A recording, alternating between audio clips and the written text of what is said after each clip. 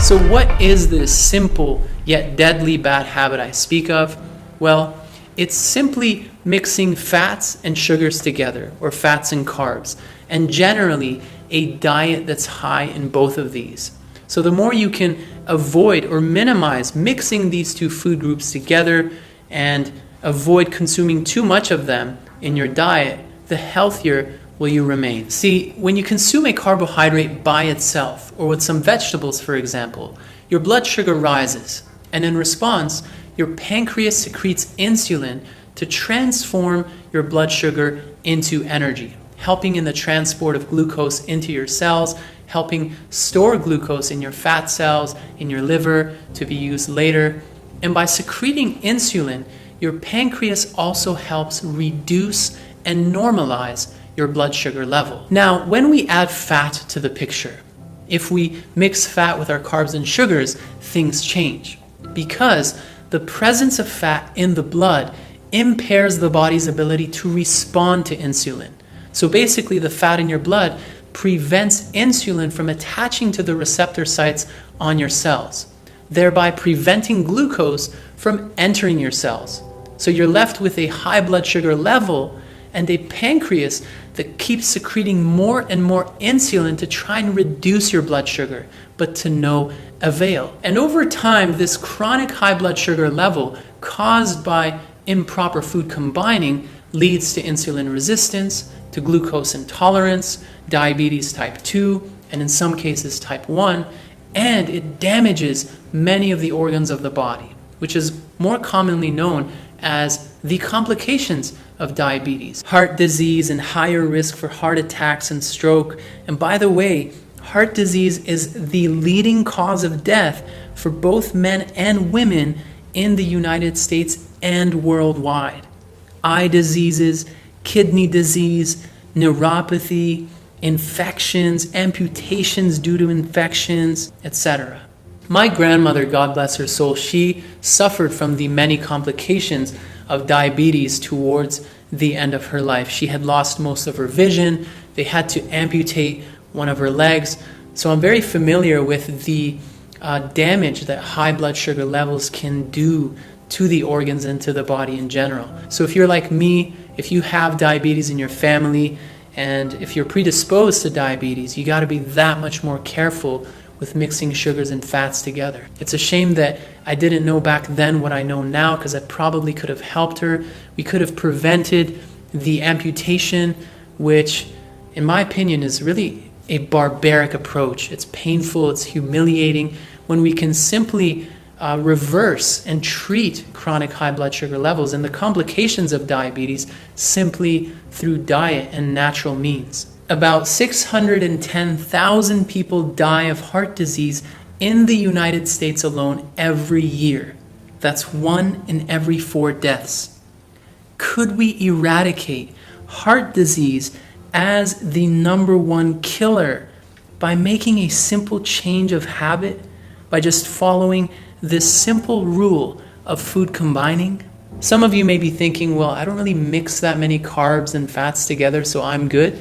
But hey, if we take a closer look, you're gonna go nuts. Check it out. Most ice cream is high in fat and sugars. Pizza, you got the carbs, you got the fatty cheese all over it.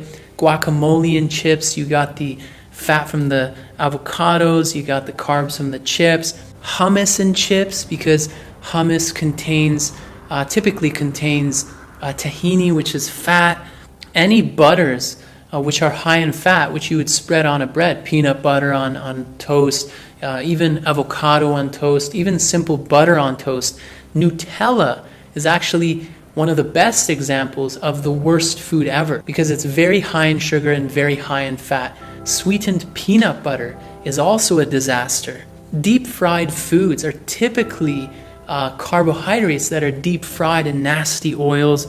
A lot of yogurts are high fat and contain a lot of artificial sugars.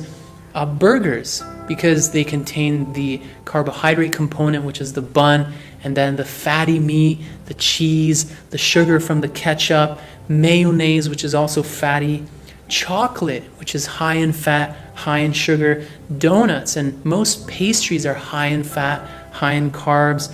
A lot of the home-cooked meals we make, whether it's rice, quinoa, lentils, typically a lot of us, we drizzle oil all over it. Or, as with most traditional meals, there's the carbohydrate staple, whether it's tacos, whether it's corn, whether it's lentils in Indian cuisine, or rice in Asian cuisine and Iranian cuisine. And then you have the dish, the main dish, which is very fatty and high in protein, etc., etc. These are just a few examples to kind of give you an idea as to how difficult it is to escape this habit or this practice of mixing fat and sugars in our foods. An exercise I'd like you to do in the next couple of days is to pay closer attention to the foods you're eating. Take a closer look every time you eat a food to its carbohydrate content and its fat content. And that'll give you a better idea of what I'm talking about. It'll open your eyes, because guaranteed a lot of the foods that you enjoy and you eat daily is high in fat and high in sugar. The reason why a lot of your favorite packaged foods and processed foods are high in fat and high in sugar is because that's what sells. The food companies and their scientists have discovered the secret formula to making their foods irresistible and addictive, which is basically mixing in a whole bunch of fat, sugar, and salt. And the more you consume, the more addicted you are to their foods, the more they will sell. In the words of the CEO of General Mills, check this out. Bottom line being, though, that we need to ensure that our products taste good, because our accountability is also to our shareholders. And there's no way we could start down formulating the usage of salt, sugar, and fat if the end result is going to be something that people do not want to eat. And by the way, this rule of food combining, of not mixing fats and sugars together, is also reflected in nature. Have you ever noticed that there's no natural food that's both sweet and fat? For example, fruits that are sweet don't really have that much fat. Fruits that are fat, like olives and avocados, aren't really sweet.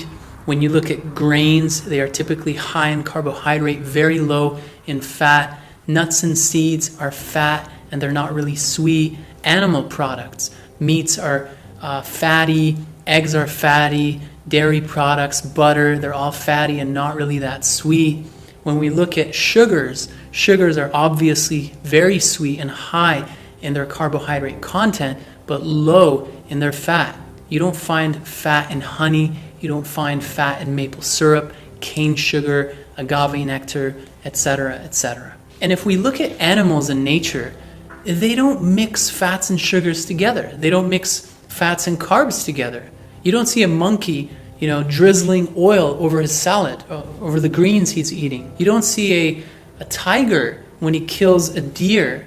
He doesn't say, hey, I think it would be nice to have some potatoes with this, with a deer. You don't see that. They don't do that. They always eat one food at a time. They eat simply.